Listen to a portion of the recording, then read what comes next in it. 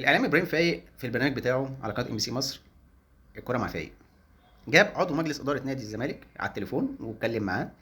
فعضو مجلس اداره نادي الزمالك اسمه استاذ محمد طارق طلع يقول لك ايه: بما انك انت شايف نفسك انك انت جامد، انا عايز ابقى جامد زيك.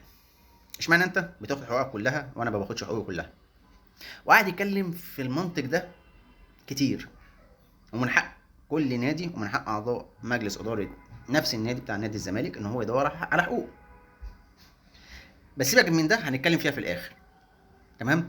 بس انا عقلي مش متقبل انك انت بتدور على مصلحه نادي بيراميدز اللي هو المفروض خد مكانك في ترتيب الدوري، وانت دلوقتي ما بقتش اصلا موجود في المنافسه.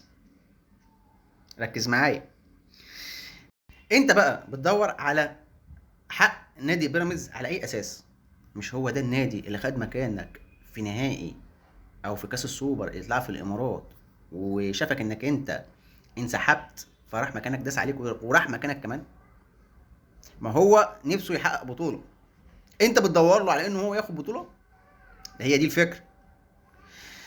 ما يجيش نادي، انا اسف في اللفظ، اداك على قفاك ودلوقتي بتدور على حقوقه. ده غير اصلا انك انت عضو مجلس اداره نادي الزمالك، المفروض بتدور على مصلحه نادي الزمالك فقط لا غير. تخيل بقى معايا لما عضو مجلس اداره نادي الزمالك يطلع يقول الكلام ده وان هو بيدور على حق بيراميدز. تخيل الجمهور بتاع النادي الزمالك هيعمل ايه؟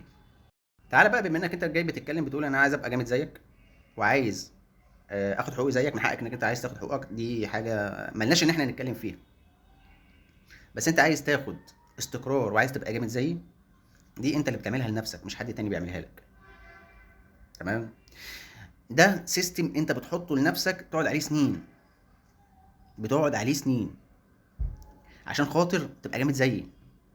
انما انت من سنه 2000 من سنه 1911، من ساعه ما اتنشأ نادي الزمالك لحد وقتنا هذا، على مر العقود دي كلها، اللي هو نفس السيستم انت ماشي عليه. النادي الاهلي والمظلوميه، وان النادي الاهلي دايما بيكسب بالتحكيم، وان النادي الاهلي مش عارف بيعمل ايه في اتحاد الكوره، وان النادي الاهلي كل حاجه بتتظبط له من اتحاد الكوره ورابطه الانديه. مع العلم انك انت لو جيت بصيت منظور عكسي، منظور عكسي، هتعرف ان النادي الاهلي اكتر نادي مظلوم في الدوري ده او في اتحاد الكوره او ما بين الانديه. هتيجي تقولي ليه؟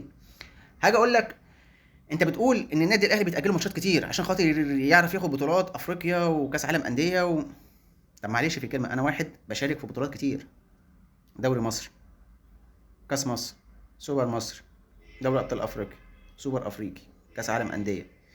البطوله الجديده اللي حصلت اللي هي الدوري الافريقي، ده غير ان هو كمان في الموسم الجديد هيزيد على الكلام ده كله، هيزيد على الكلام ده كله بطوله الانتر كونتيننتال. ده انا بكلمك في الموسم الجديد. تعالى بقى في الموسم القديم او المواسم القديمه، انت بتتكلم في 5 سنين مع النادي الاهلي بيشارك في كل البطولات دي، ويمكن السنه اللي فاتت زادت عليهم الدوري الافريقي. انت عايز مثلا يتكتب ان النادي الاهلي هيلاعب مثلا مثلا فاركو يوم 15 مثلا ابريل. انا ماشي معاك ايه يعني، ايه بقول لك بالوايم كده، 15 ابريل، وعنده هو ماتش في كاس عالم انديه، في كاس عالم انديه يوم 15 ابريل. معقول يعني؟ معلش في الكلمه، انت كمشاهد زي او كواحد ايا كان انتمائك، عايز تسيب النادي، عايز تخلي النادي الاهلي يسيب ماتش كاس عالم انديه ويتنازل عن كاس عالم انديه عشان خاطر يلاعب فاركو في الدوري؟ ده اتحاد الكوره ذات نفسه اداله التصريح ان يكون. سيبك من دي. النادي الاهلي ونادي الزمالك،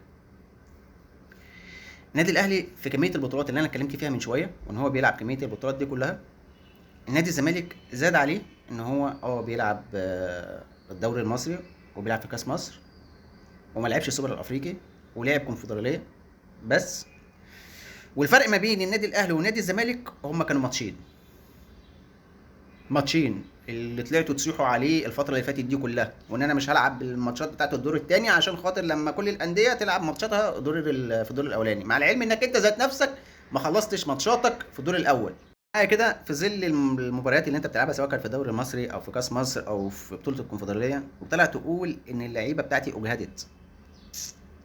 انت عندك النادي الاهلي بيلعب كل اللي انا قلت عليه قبل كده ده، او كل اللي انا قلت عليه من شويه ده، مطالب ان هو يلعب كل يومين مباراه، يعني يومين واليوم الثالث بيلعب مباراه. ده يعمل ايه يا راجل؟ ده انت وصلت للمرحله انك انت خدت 2 دوري، قعدت تقول الدوري المصري اقوى من دوري ابطال افريقيا عشان خاطر تحلي في عين الجمهور نادي الزمالك بطوله الدوري. ويا ريتك عملت حاجه في دوري ابطال افريقيا، الا انت كنت بتوصل فعلا دوري ابطال افريقيا، بتيجي من دور المجموعات بتطلع حصلت المجموعه، وفي فريق من شمال افريقيا لازم يكسبك رايح جاي في دور المجموعات، وفي الاخر جاي تقول انا عايز ابقى جامد زيك. انت عمرك ما هتبقى جامد زيي علشان انت مش باصص في حاجه تانية في حياتك غير النادي الاهلي. انما النادي الاهلي مش باصص لاي حاجه تانية غير ان هو مكمل في طريقه ومش باصص ورا. ده كان اول حاجه كنت حابب ان انا اتكلم فيها من ضمن ان التصريحات بتاعت ايه الاستاذ او المهندس محمد طارق عضو مجلس اداره نادي الزمالك. ده في تصريح تاني ليه هتكلم معاك فيه. طلع يقول لك ان النادي الاهلي كان هو اللي ورا ان نادي الزمالك ما يلعبش مباراه القمه، مش عايز المشكله تتحل بالمعنى الاصح. فابراهيم فايق بيرد عليه بيقول له ايه، انا همشي معاك واحده واحده، مع العلم ان النادي الاهلي ما دخلش في الموضوع، والنادي الاهلي كان عايز يلعب المباراه، بس انا همشي معاك واحده واحده. بما ان النادي الاهلي ما كانش عايزك انك انت تلعب مباراه القمه، وان هو كان دايما مش عايز يحل المشاكل اللي تخص المباراه دي، فانت المنافس بتاعك بيطلب منك كده، فانت ساعدت المنافس بتاعك ونفذت طلبه اللي هو عاوزه. يعني شوف انت بقى الاعلام ابراهيم فايق من النوع الذكي كده، زنقه زنقه وحشه في الكلام. ما صحيح، يعني انت شايف اللي قدامك او المنافس بتاعك او اللي هو دايما اللي انت دايما باصص له في حياتك بيقول لك انا مش عايزك تلعب الماتش ده، يعني انت المفروض تعاند معاه وتلعب معاه الماتش ده. انت مشيت الكلام، يعني انت لو هنتكلم بالمنظور كلام استاذ محمد طارق عضو مجلس اداره نادي الزمالك، انت مشيت كلام المنافس بتاعك وانت مش حاسس وانت مش دريان. وكل جمهور نادي الزمالك يقول لك ان انا مش هلعب الماتشات اللي جايه. انا عندي واحد زميلي قعدت اقول له يا ابني انت هتلعب، انا من مصلحتي انك انت ما تلعبش ماتش القمه. يقول لي يا عم مصلحتك مصلحتك، خد ال3 نقط احنا مباركين عليك فيه، المهم ان احنا لينا طلبات وعايزين نطلبها لينا طلبات عايزين ناخدها. طب ماشي، ولما تظهر قدام جماهيرك وقدام الجماهير المصريه كلها انك انت عملت البوليكه دي كلها عشان خاطر ما تلعبش ماتش الاهلي ولعبت المباراه اللي بعدها بتاعت سيراميكا كليوباترا، ده انت شايف نفسك ازاي؟